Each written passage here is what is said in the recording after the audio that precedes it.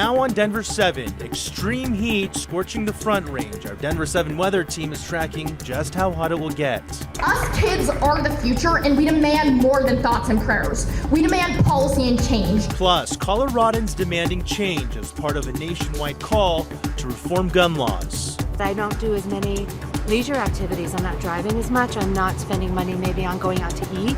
And inflation only getting worse as the average gas price climbs above $5. How much Coloradans can expect to pay at the pump?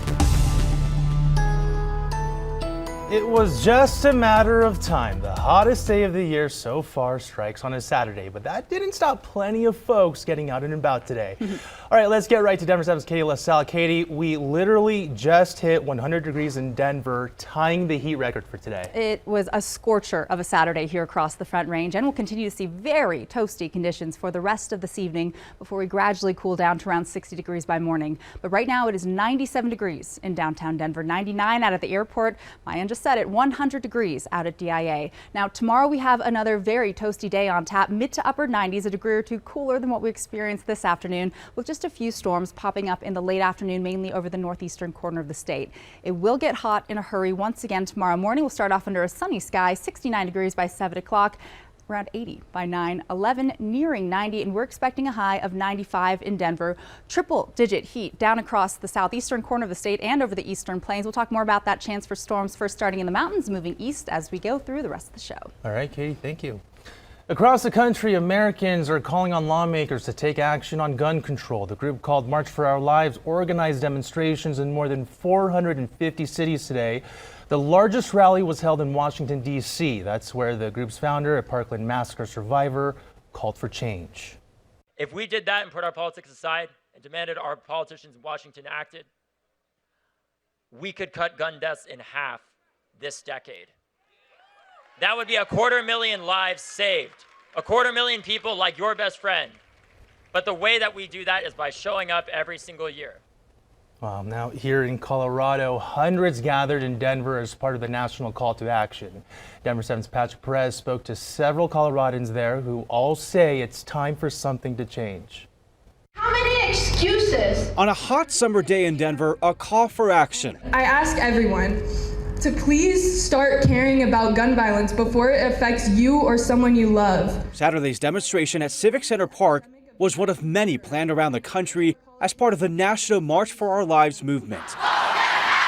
Its inaugural event happened in 2018 after the Parkland, Florida school shooting that killed 17 people. We have to stand up for her and stand up for all the kids that are growing up. Emily Justice and her husband David attended because they want a better future for their 5-year-old daughter Cora. They'd been rallying for gun law reform before she was even born. Cora shouldn't have to be scared to go to school, to go to the grocery store, to go to church, to go to any of those places. For some in the crowd, the issue of gun violence is personal. Katie Ray lost her nephew to suicide 4 years ago. And the ubiquitousness of guns and the damage it is doing our children is simply intolerable to me. I just feel like our government is not representing us, and that movements like this are the only thing that's going to make any difference. For 17-year-old Lucy, a survivor of the 2019 STEM school shooting in Highlands Ranch, change can't come soon enough. I'm here today to demand action for the students we've lost, for survivors, and so you don't ever have to feel the pain that I felt. Us kids are the future, and we demand more than thoughts and prayers. We demand policy and change. With state and national lawmakers in attendance, those here hope it's not a lost cause. Patrick Perez, Denver 7. Patrick, thank you. All right, Colorado community members are working to get guns off of the streets.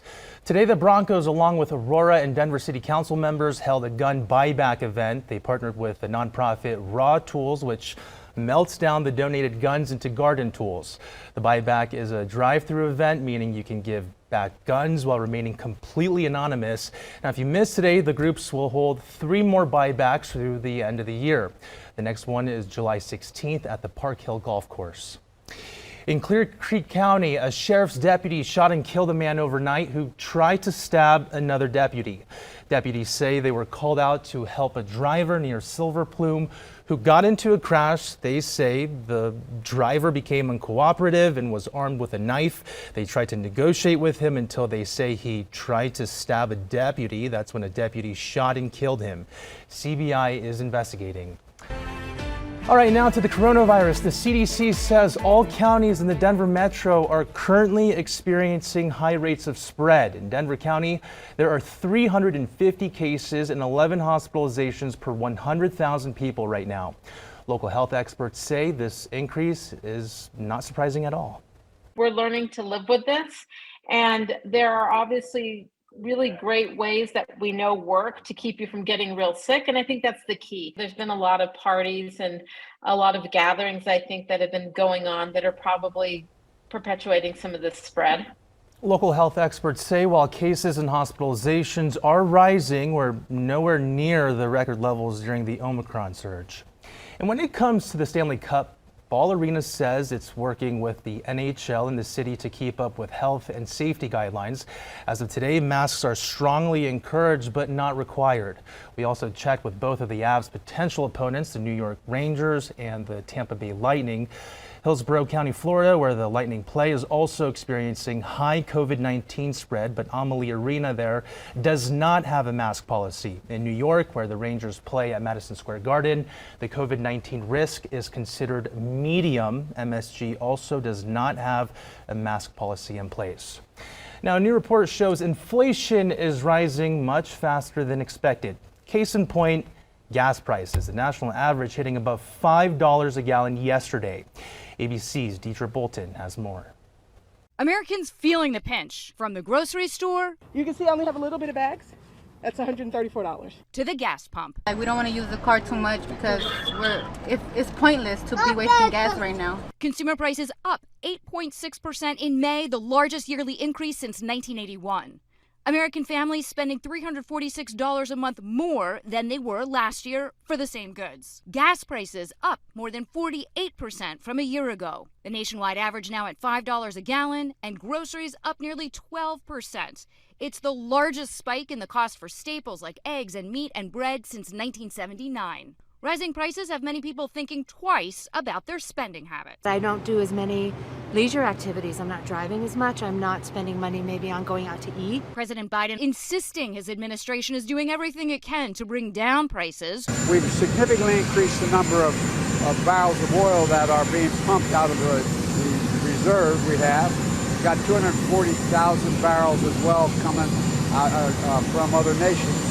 Many consumers now looking for ways to save. We try to have a game plan about how we're going to go about the groceries, how we can stretch things, how we can make sure we cut down on waste. We pulled together some apps for you and your family to save money. Basket will track prices across different stores, Drop, Ibotta, Shopkick. All of these offer forms of cash back or free gift cards, and of course there are other ones out there, ways to stretch your dollar. Deirdre Bolton, ABC News, New York. When it comes to those rising gas prices, Colorado is right in the middle. Right now, the average price in our state is $4.86 a gallon for regular. That's 30 cents higher than just a week ago. All right, this weekend, some RTD light rail lines will be restricted for testing. The ABG and N lines will not be pulling into Union Station until Monday. RTD will provide shuttle services in the meantime. Now, Union Station is also having some issues with its restrooms. RTD says supply chain issues have stalled their reopening in the station's bus terminal. The bathrooms first closed in December after trace amounts of fentanyl were located on surfaces. In March of this year, RTD says they expected the restrooms would open soon. However, Denver 7 has confirmed the new date has been pushed back to August due to delays in getting materials. But the bathrooms are just one of several changes in the works. Over the next 12 to 16 months, the agency will only allow paying customers into the underground bus concourse. Some commuters hope the changes will make them feel safer. When you go places, you see people making drug transactions in the bathrooms, on the corners, up and down on the escalators, outside the doors. And so you have to walk a gauntlet to get through to take the escalator down to get your job to go to work.